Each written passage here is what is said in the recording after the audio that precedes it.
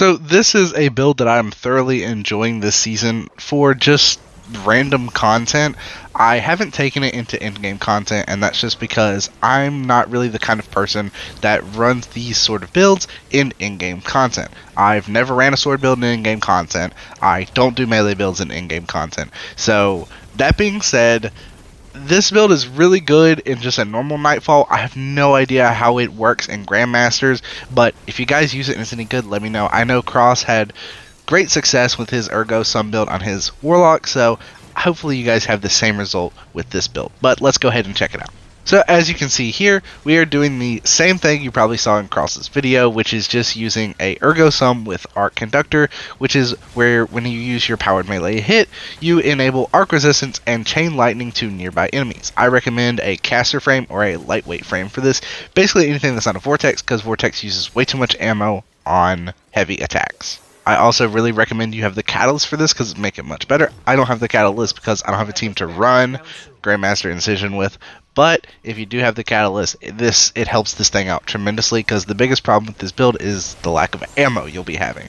What we are pairing Ergo Sum with is Precious Scars. Final blows from weapons that have the same damage type as your super create a burst of healing around you that grants allies restoration, which also grants you restoration, which you'll be seeing in this footage. It's good, it's great, but it does require a kill. So when I'm going up against champions like this, it doesn't really do anything. And the one good thing about Warlock on Feed the Void is it really feels like it's impossible to lose that buff. And Warlocks also have access to healing grenades, which makes their survivability a little bit better. But with this, basically, you're going to get a kill with the Chain Lightning, and it's going to be able to proc Precious Scars with that Chain Lightning, giving you restoration. So it's going to be giving you those heals as if it were Devour. It's just not as strong as normal Devour. I initially paired this with another sword. It was Dragon Colt Sickle, which is a fantastic caster frame sword. I was using Tireless Blades with Whirlwind Blade. Really, really good sword. Cannot recommend it enough, but just not for this build. This build, while it does work for a melee-based build, it is definitely better to have something in that heavy slot that deals arc damage, so it can also benefit from your arc scavenger mods, because I was noticing that I was running out of ammo for this thing a lot. Plus, we're using a arc siphon mod. And basically the reason that all this works is because we're using Thundercratch, which matches Ergo Sum's damage type of being Arc Conductor, which is going to give us those heals with Precious Scars. So let's talk about fragments. So the number one fragment I recommend is Facet of Protection, which is while you're surrounded, you are resistant to incoming damage, and while transcendent, this effect is increased. I also recommend Facet of Defiance. Finishers create a detonation, which in this case is going to be jolting targets nearby. Really good because we're going to be up close and personal to enemies, so if you get a champion really weak and finish them, you're going to jolt everything else nearby. I also have Facet of Hope, which while you have an elemental debuff, your class ability regenerates more quickly. And you'll notice I have Amplified most of the time, and then I also have Restoration whenever it applies. A weird pick I am using is Facet of Bravery, and I'm using that for the Unravel rounds, which pierce barrier shields, and the only reason I'm using that is because I'm using the Call. So you can definitely swap this perk out for whatever you'd like. I have Facet of Generosity, which is defeating targets while transcendent creates orbs of power for your allies. Really, really good to be able to get your super back faster, help your teammates out. And then I have Facet of Mending. Grenade Final Blows cure you. Transcendent Grenade Final Blows increase the strength of the effect, so cure times 2. And for the melee, I just went with Frenzy Blade because that's pretty much the best melee because it can sever targets, so that's really good. And then I went with a Rally Barricade because I am also pairing this with Ginger's Lash because there really isn't a whole lot of fragments that you can use with this build that work. You can't use Consecration because you can't use your melees because you are using a sword. You can use this if you want, you just can't use it while you have the sword out. Unbreakable, which is more about grenades, which we can use. Knockout, which is about melee, which so we can't use. And then we have Diamond Lance, which requires us to kill enemies with abilities or enemies that are jolted and whatnot, which unfortunately Arc Conductor does not jolt targets, so it doesn't create Diamond Lances. So I personally felt like the easiest version of this to use was Unbreakable and Judge's Lash. I'm going to be able to lash at the enemies, and then I can use Arc Conductor, walk into those enemies that are suspended, and they will die. Now, while those enemies are suspended, when they die, they can drop a Diamond Lance, so you can run that instead of Unbreakable.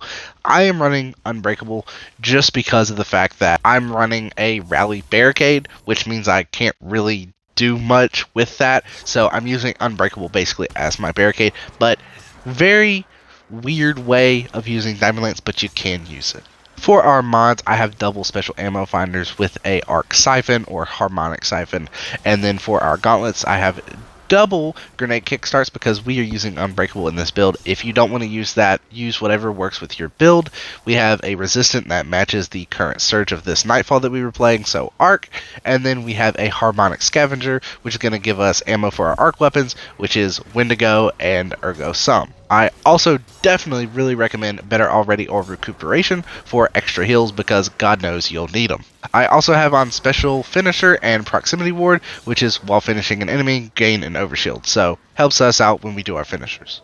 And finally, I just want to retouch on those weapons. So for our heavy weapon, I recommend Wendigo. It's a great arc grenade launcher for DPS. You can also clear ads with it because grenade launchers are just good. Hullabaloo is great for ad clear, not great for DPS though, so do with that what you will. And as far as an arc heavy weapon goes, I also recommend LMGs, but there really aren't a whole lot of great ones. There's the Swarm, which is notorious for being horrible. Planic Stride, which is also really bad. The Swarm Redone is also really bad. And then we have Song of Ergo, which is pretty much the only one other than Eliatic Principle, which has pretty much no good perks.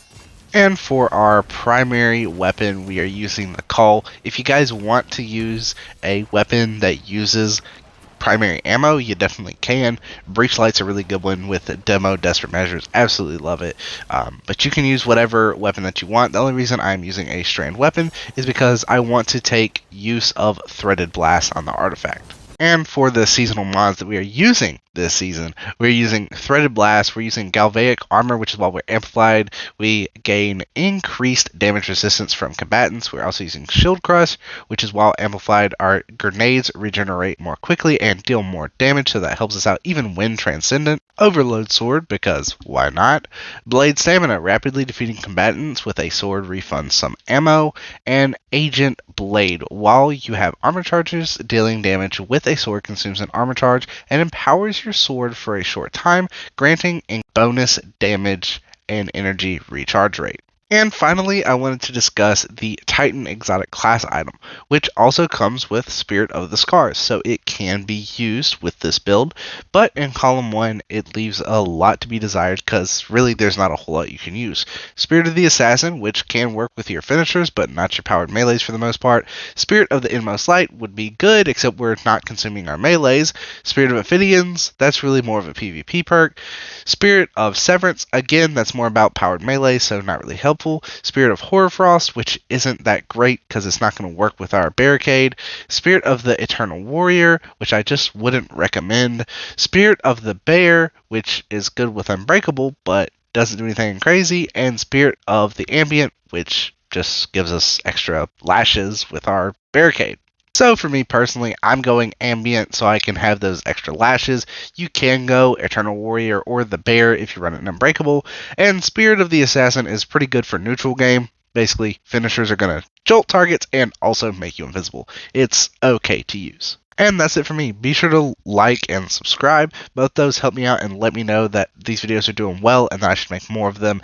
It helps me out a lot, more than you guys will know. So liking and subbing, really appreciate it. Comment down below what you think of the build. If you guys have a build that you want to see me make a video on, also comment that down below and I would love to try it out and make a video on it. Thank you guys so much for watching. See you guys next video.